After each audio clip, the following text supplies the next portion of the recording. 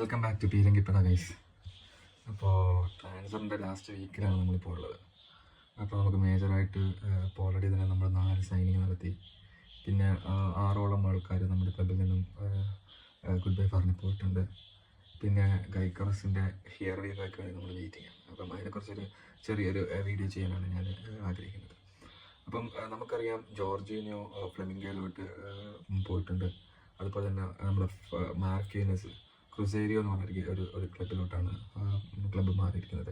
Thomas party, ടക്കീറോ തോമിയാസു, പിന്നെ അതുപോലെ തന്നെ കീറൻ ടേർണി ഇവർ 3 ക്ലബിൽ നിന്നും പോയിട്ടുണ്ട്. അപ്പോൾ അതിന് പകരമായിട്ട് വന്നിരിക്കുന്നതെന്ന് പറഞ്ഞാൽ നമ്മൾ ബോൺസ്മിത്തിൽ അല്ലെങ്കിൽ ചെൽസിയിൽ നിന്നും ബോൺസ്മിത്തിലോട്ട് മാറിപ്പോയ കെപ്പ അരിസബലോക്കെയാണ് നമ്മൾ പെർമനൻ്റായിട്ട് ഒരു ഗോൾ കീപ്പിംഗ് ഓപ്ഷനായിട്ട് നമ്മൾ കൊണ്ടുവന്നിട്ടുണ്ട്. അപ്പം അത് എനിക്ക് മനസ്സിലാകുന്നതൊരു നല്ലൊരു അഡീഷനാണ്. ഏകദേശം 5 മില്യൺ ട്രാൻസ്ഫർ ഫീ കൂടെ അദ്ദേഹം വരികയും അത് ഉറപ്പായിട്ടും റയാസിനെ സംബന്ധിച്ചിടത്തോളം ഒരു ഒരു ഒരു ഒരു ഒരു ഒരു ഒരു കോമ്പറ്റീഷൻ കൊടുക്കാൻ സാധിക്കുന്ന ഒരു നല്ല സൈനിങ് ആയിട്ടാണ് ഞാൻ കാണുന്നത്.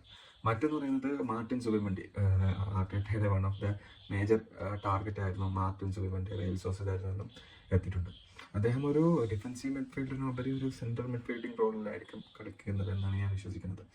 മാർട്ടിൻ സുബിമെൻഡി എത്തിയിട്ടുണ്ട്. പിന്നെ അതുപോലെ തന്നെ അത് നമുക്ക് പാർട്ടി പോയ ഒരു വേക്കൻസിയിലോട്ട് ഇപ്പോൾ വന്നിരിക്കുന്നത് ബ്രെൻറ്റ്ഫോർഡിൽ നിന്നും ക്രിസ്ത്യൻ നോർഗാർഡാണ്.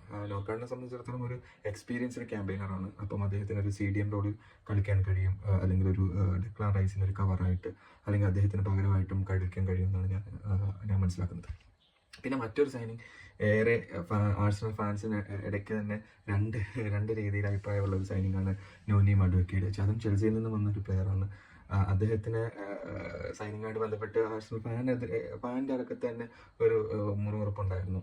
അദ്ദേഹം സാക്കയുടെ പൊസിഷനിൽ തന്നെയാണ് കളിക്കുന്നത്. അപ്പം സാക്കായ്ക്ക് ഇപ്പം ഇവൻ നമ്മുടെ ഒരു കഴിഞ്ഞ 2-3 സീസണായിട്ടുള്ള ബുദ്ധിമുട്ടെന്ന് വെച്ചാൽ സാക്ക അല്ലെങ്കിൽ ഏതെങ്കിലും ഒരു മേജറായിട്ടുള്ള ഒരു പ്ലെയർ ഔട്ടാകുമ്പോൾ നമുക്ക് അത് പ്രകടമാകുന്ന നിലയിലായിരുന്നു നമ്മുടെ റിസൾട്ടുകളൊക്കെ വരുന്നത്. അപ്പം അത് മധുക്ക് സാക്കയ്ക്ക് നല്ലൊരു സബ്സ്റ്റിറ്റ്യൂഷൻ ആകുമെന്നാണ് ഞാൻ വിശ്വസിക്കുന്നത്. നമ്മുടെ ഇപ്പം നടന്നിരിക്കുന്ന സൈനിങ്ങുകൾ. പിന്നെ അതുപോലെ തന്നെ നമ്മളൊരു ഡിഫൻഡറിനെ സൈൻ ചെയ്തു എന്ന് അറിയാൻ കഴിയുന്നു. അദ്ദേഹത്തിൻ്റെ ഒഫീഷ്യലായിട്ടില്ല, അത് ഉടനെ വരുമെന്ന് വിശ്വസിക്കുന്നു. പിന്നെ ഏറ്റവും കൂടുതൽ എല്ലാ ആഴ്സണൽ പ്ലെയറിനെയും പോലെ ഞാനും ഏറ്റവും കൂടുതൽ വെയിറ്റിംഗ് ചെയ്യുന്നത് ഇപ്പോൾ ഗോയ്ക്കറസിൻ്റെ സൈനിങ്ങിലാണ്. അദ്ദേഹത്തിൻ്റെ സൈനിങ് ഏകദേശം എനിക്ക് തോന്നുന്നു ഇപ്പോൾ 1.5 ആഴ്ചയോളമായിട്ട് നീണ്ടു നിൽക്കുന്ന ഒരു സാഗമായിട്ട് മാറിയിട്ടുണ്ട്. അതിന് ഹിയർ വീക്ക് വേണ്ടി നമ്മളിങ്ങനെ വെയിറ്റിംഗ് ആണ്.